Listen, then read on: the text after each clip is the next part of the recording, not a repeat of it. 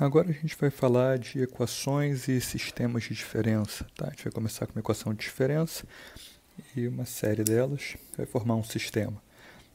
É um mecanismo, uma ferramenta básica para estudar a evolução de uma variável ou mais variáveis ao longo do tempo. Vamos olhar para um exemplo simples de uma equação de diferença. A equação tem a seguinte forma: yn mais 1 é igual a vezes yn. A é uma constante qualquer, é um valor fixo qualquer, um número real, se quiser aqui.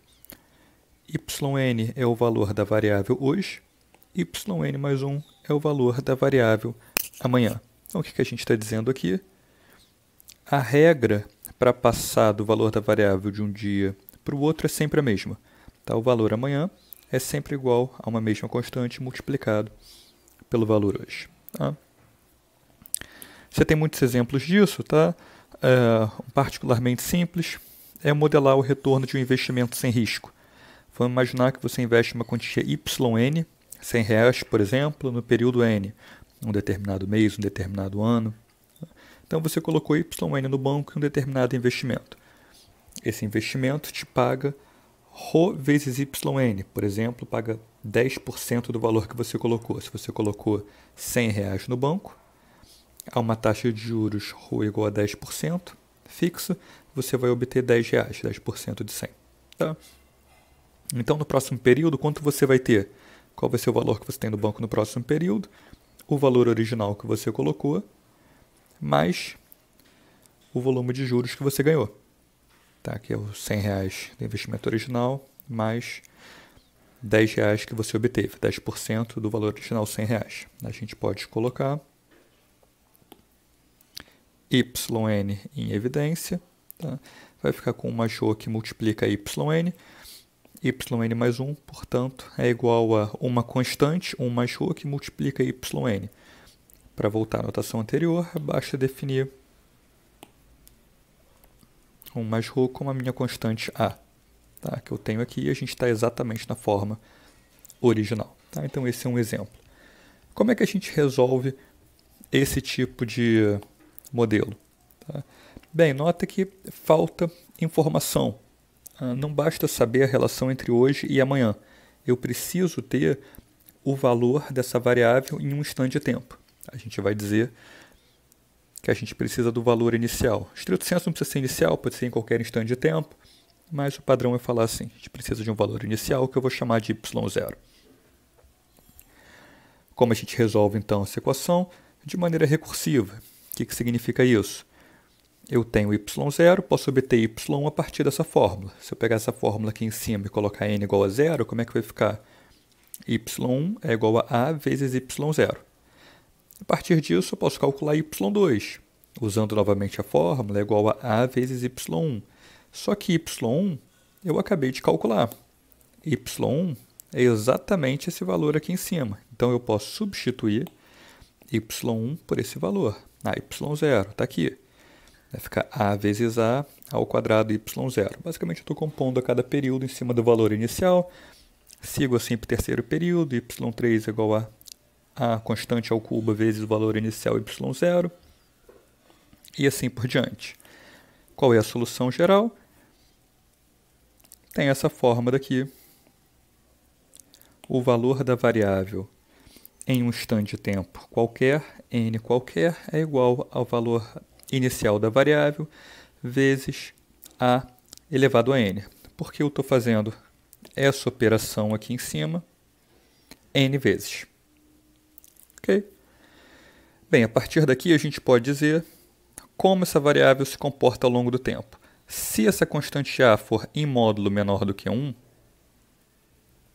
essa variável vai para zero ao longo do tempo, porque eu estou pegando uma coisa menor do que 1 em módulo e estou elevando ao número cada vez maior. Vai ficar, por exemplo, meio, elevado ao quadrado 1/4, elevado ao cubo 1/8, elevado a quarta 1 sobre 16, vai ser um número cada vez menor. Se A for negativo, mas o módulo ainda for menor do que 1, isso não muda. Eu simplesmente vou ficar oscilando de sinal, está entre sinal positivo e negativo, mas isso continua se aproximando se tornando um valor cada vez menor. A gente diz nesse caso que o sistema é estável ou convergente. Tá? Nesse caso, o sistema é uma equação só, então a equação é estável convergente. Ela converge para zero quando n aumenta. Tá? Nota aqui que eu posso usar esse mesmo modelo, não vou falar muito disso, mas deve ficar implícito. A gente pode usar esse mesmo modelo se a gente quiser fazer uma convergência para alguma coisa, para um número qualquer, diferente de zero. Basta você interpretar essa variável como uma diferença em relação a um determinado valor. Okay? Então a diferença vai para zero, o que significa que a variável se aproxima de um determinado valor. Tá? Isso está implícito aqui no que a gente vai falar a partir daqui. Tá? Bem, vamos montar agora um sistema com duas equações e duas variáveis. Tá? Como é que vai ser? Vai ser uma estrutura semelhante, só que agora cada uma das variáveis depende de todas as variáveis. Então, por exemplo, o valor de uma variável x amanhã, xn mais 1, depende de x hoje, xn, multiplicando uma determinada constante, e também depende do valor da outra variável hoje. Então, você vê que xn mais 1 depende não apenas de xn, mas também de yn. Analogamente, yn mais 1 depende de xn, depende de yn. Tá? Então, a gente tem aqui um sistema. Você pode pensar, por exemplo, que a inflação hoje, amanhã depende da inflação hoje e do desemprego hoje. O desemprego amanhã depende da inflação hoje e do desemprego hoje. É bastante comum a gente encontrar esse tipo de sistema em economia. Tá, aqui a gente tem esse sistema xn mais 1, yn mais 1, como função de xn e yn. O que eu posso escrever? Usando nossas ferramentas de álgebra matricial, eu posso escrever dessa forma aqui. É exatamente a mesma coisa que a gente fez antes para sistemas lineares. Agora é um sistema de equações de diferença, mas a estrutura matricial é rigorosamente a mesma. Eu tenho aqui coeficientes que eu vou colocar na minha matriz de coeficientes. Tá? Então, eu tenho o vetor de variáveis amanhã, o vetor de variáveis hoje. Eu relaciono esses dois para uma matriz de coeficientes. Tá? Exatamente a mesma estrutura que a gente teve antes, já usou antes. Eu vou chamar isso daqui de Zn mais 1. Zn é o vetor que coleta as minhas variáveis em um determinado instante de tempo, as duas variáveis. Aqui eu tenho a minha matriz de coeficientes A. E aqui eu tenho o mesmo Z avaliado hoje. Então eu escrevi um sistema de equações de diferença na nossa notação matricial. Isso daqui é Zn mais 1. Isso daqui é Zn. Isso daqui é a minha matriz de coeficientes, como eu já trabalhava, matriz A. E a gente pode representar esse sistema na forma matricial. Tá? Deixa eu deixar ele. Okay. É isso que a gente tem aqui.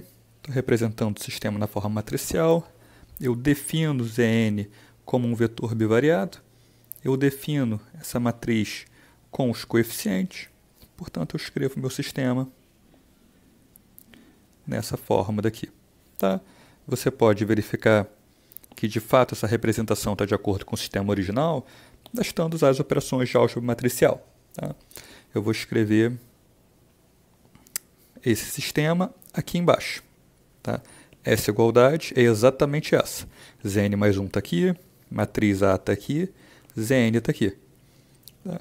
Bem, vamos fazer essa operação aqui, essa multiplicação matricial. Primeira linha vezes primeira coluna, A vezes xn mais B vezes yn, está aqui.